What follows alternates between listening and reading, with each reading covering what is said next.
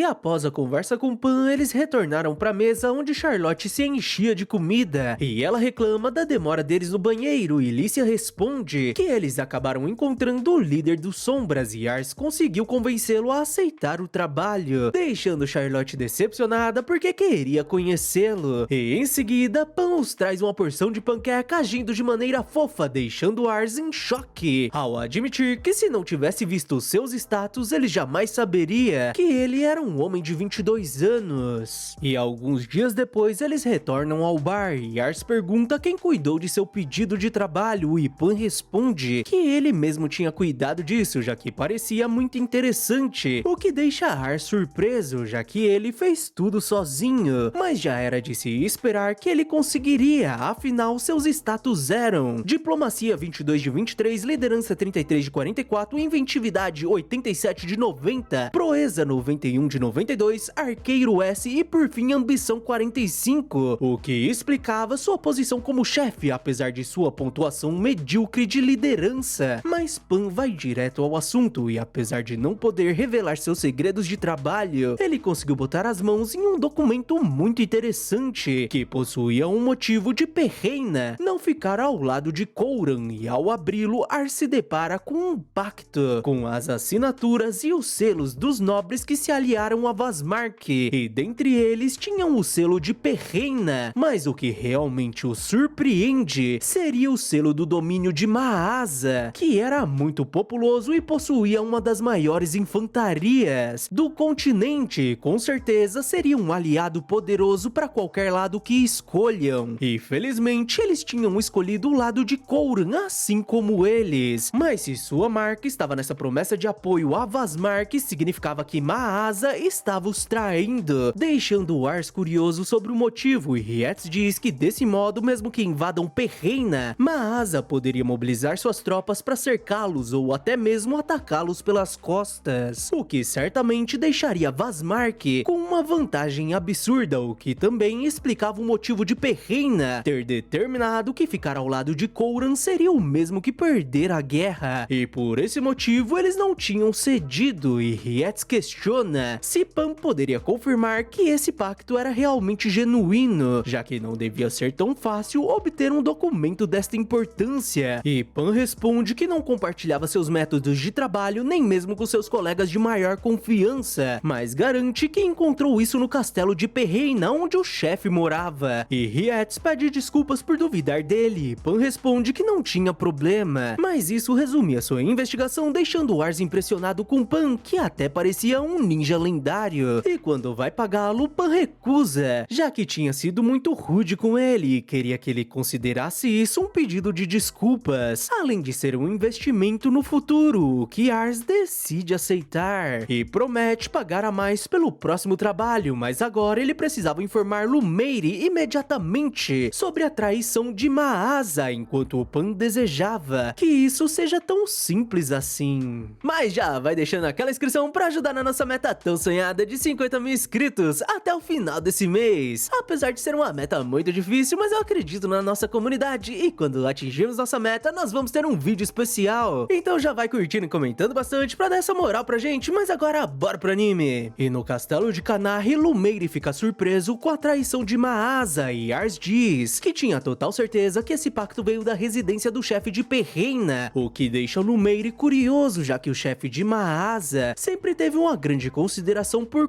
Couran, mas se esse documento realmente for legítimo, então seria difícil colocar Perreina ao lado deles, e pede a Menas que leve o documento imediatamente para Colmeire em Toberquista, e elogia Ars por seu trabalho, já que teriam entrado em uma situação grave sem essa informação, e Ars diz que quem tinha feito todo o trabalho foi um líder mercenário, e Lumeire diz que mesmo assim seria um feito dele. Perreina se tornou a menor das preocupações, já que precisavam consultar Couran sobre o que fariam em seguida, e aliás gostaria de sua ajuda, mas Menas pede que eles esperem, já que tinha algo de errado com a assinatura e o selo do distrito de Maasa, e os leva até onde estava o pacto deles com Maasa e mostra as pequenas diferenças entre os símbolos e as assinaturas, e apesar dele estar diferente, Menas acreditava que os outros selos e assinaturas eram genuínos, ou seja, o selo e assinatura do distrito de Maasa pode ter sido falsificado, então Perrena estava sendo enganado ao acreditar que Maasa tinha os traído, e por isso ficou ao lado de Vazmark,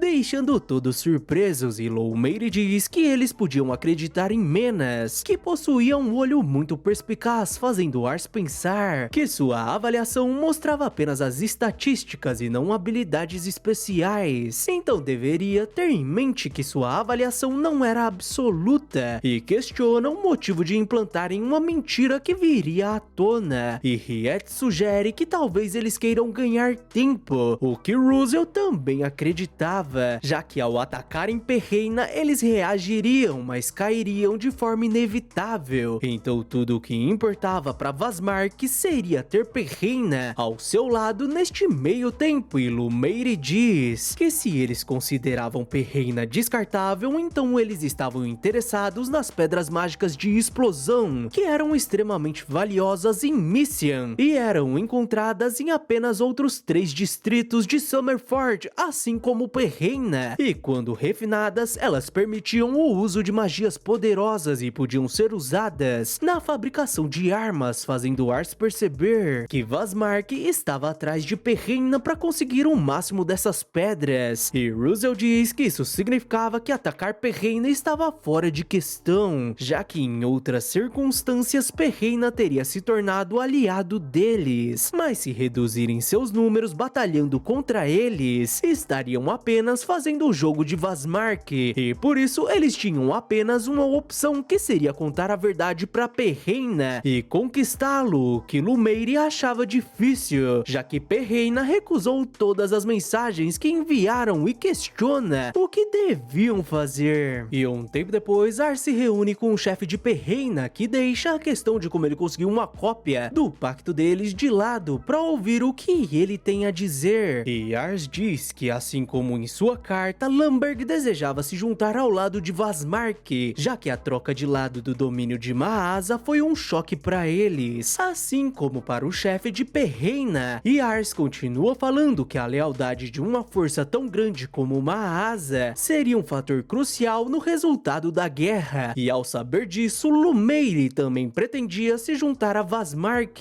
deixando o chefe impressionado, afinal ele devia ser o mensageiro do distrito de Canarre, e Ars diz que ficar do lado vitorioso seria ainda mais importante para um distrito pequeno como o deles, e o chefe diz que soube que Lamberg possuía um novo senhor, e com certeza ele era muito competente apesar de sua pouca idade, afinal foi capaz de roubar um pacto que estava bem guardado, e de qualquer modo agora não fazia sentido esconder o que eles já descobriram, e ele mesmo falaria com Vazmark, já que teriam o prazer de aceitar Lamberg em sua aliança, mas antes Arzu diz que queria confirmar uma última coisa e questiona se o documento do pacto era legítimo, e o chefe conta que o recebeu do próprio Vazmark, o que atestava sua autenticidade, e Ars continuou perguntando o porquê o chefe de Maasa trairia Kouran, já que sempre foi leal a ele, e o chefe de Perrena responde que isso era uma guerra, então trair antigos aliados para garantir a vitória não era algo incomum, e Arzu diz que com certeza o domínio de Maasa saberia que tal traição os deixaria cercados, e questiona se ele sabia o motivo exato para se aliarem a Vazmark, apesar do risco, deixando o homem incomodado, e Ars continua pressionando ao perguntar se ele não achava perigoso acreditar nisso sem saber o motivo de terem tomado a decisão, fazendo o líder perceber que tudo não passou de uma farsa para conseguirem uma audiência com ele, e ordena que os guardas os prendam, mas Rietz retira seu disfarce e deixa os guardas apavorados, enquanto Ars dizia que não vieram brigar e na verdade veio para contá-lo uma coisa, e em seguida o chefe de Maasa retira seu disfarce, deixando o líder de Perrena sem acreditar naquilo. E vamos voltar um pouco no tempo quando Russell contava seu plano, onde precisavam arrumar provas de que esse era um pacto falso, e Ars foi até o castelo de Maasa, onde o chefe ficou tão indignado com essa farsa que decidiu acompanhá-los pessoalmente para esclarecer essa bobagem, em vez de apenas mandar uma carta negando a autenticidade do pacto, deixando todos surpresos. E voltamos pro castelo de Perrena, onde o chefe de Maasa o diz que nunca nunca assinou esse pacto, já que serviu a Coran desde o início e iria servi-lo até o fim. Afinal, não era um traidor, mas agora ele queria saber se, mesmo sabendo desta tramóia, ele ainda iria perseguir sua própria ruína ao ficar ao lado de Vazmark, deixando o homem aflito, ao dizer que agora que sabia sobre essa traição, ele desejava ficar ao lado de Coran, mas não tinha certeza se ele iria aceitá-los, já que se viraram contra ele mesmo que por pouco tempo. E o chefe de Maasa o responde que isso não seria fácil, mas queria dizer algo, já que como o domínio de Maasa era um dos mais populosos de Misian, isso os tornava um domínio poderoso, o que também significava que tinham mais pessoas para protegerem, e pro bem de seu povo, ele tinha certeza que deveria vencer esta guerra a todo custo, e com certeza ele sentiu o mesmo, mas se tivesse investigado, teria descoberto que isso era uma armadilha, então não poderia ignorar a facilidade com que ele foi enganado. E enquanto isso, Ars pensava que o chefe de Maasa possuía uma presença imponente, e talvez seja o que é preciso para liderar um domínio tão grande, e ele precisava subir a este nível, e acaba sendo surpreendido quando o chefe de Maasa diz que Ars chamou sua atenção para este assunto, e por isso deixaria a decisão com ele. E Ars concorda que o chefe de Perreina agiu de forma imprudente, mas todos cometiam erros e não queria eliminar alguém por um único erro, e talvez seja ingenuidade de sua parte, mas estaria feliz se conseguirem resolver isso sem uma briga, e talvez seja coisa do destino, então deviam se tornar aliados novamente, deixando o chefe de Perreina grato por sua compaixão,